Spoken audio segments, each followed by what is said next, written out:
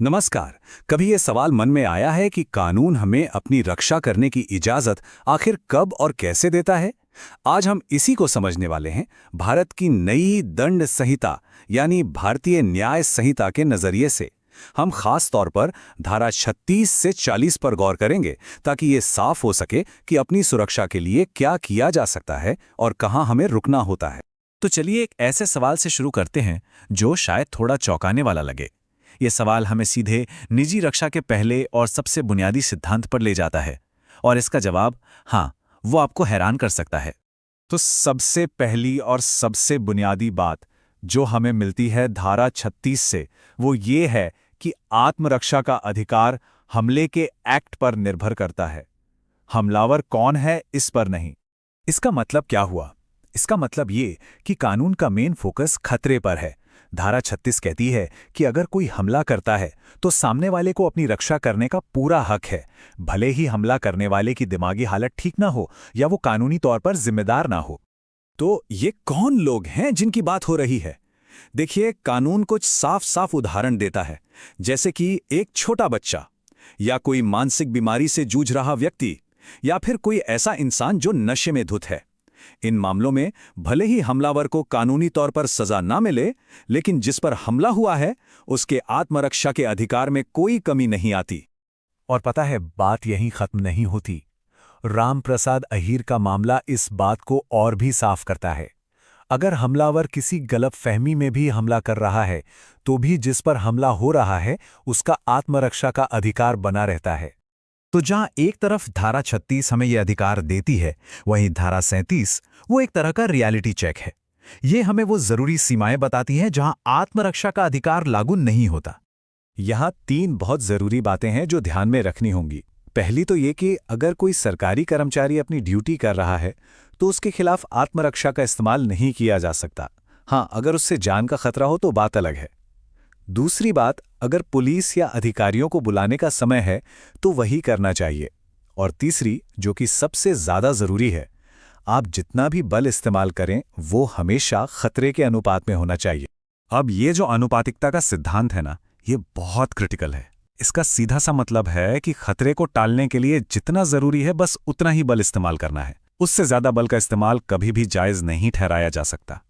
और इस बात को गुरसेवक सिंह का केस बिल्कुल साफ कर देता है।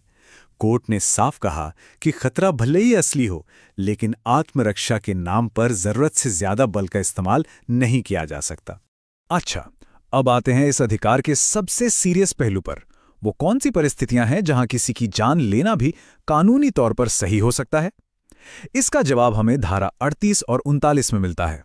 ये टेबल देखिए, सब कुछ एकदम साफ हो जाएगा। एक तरफ है धारा 38 जो बात करती है सबसे बड़े खतरों की, जैसे जान का खतरा, गंभीर चोट, रेप या एसिड अटैक।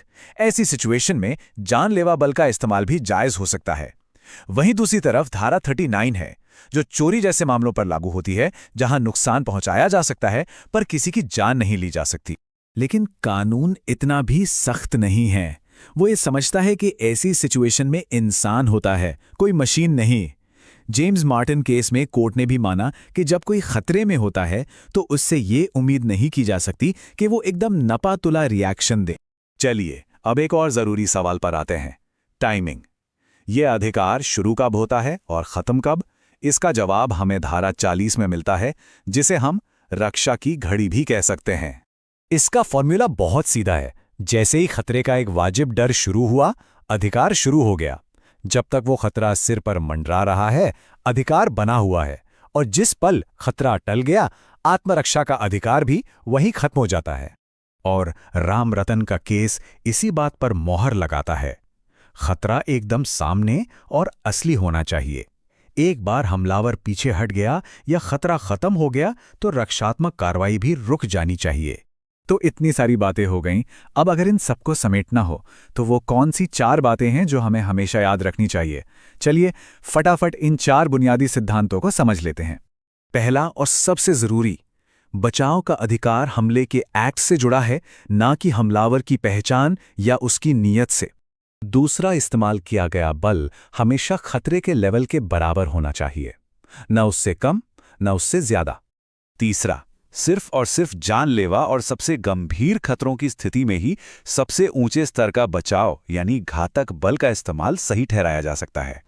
और चौथा, आत्मरक्षा का अधिकार हमेशा के लिए नहीं होता। जैसे ही खतरा खत्म, ये अधिकार भी खत्म। और जाने से पहले एक सवाल के साथ छोड़ जाते हैं। आज की दुनिया में जहां डीप फेक और फेक न्यूज़ का ज़माना है, हम ये कैसे तय करेंगे कि किसी खतरे का डर उचित है या नहीं है?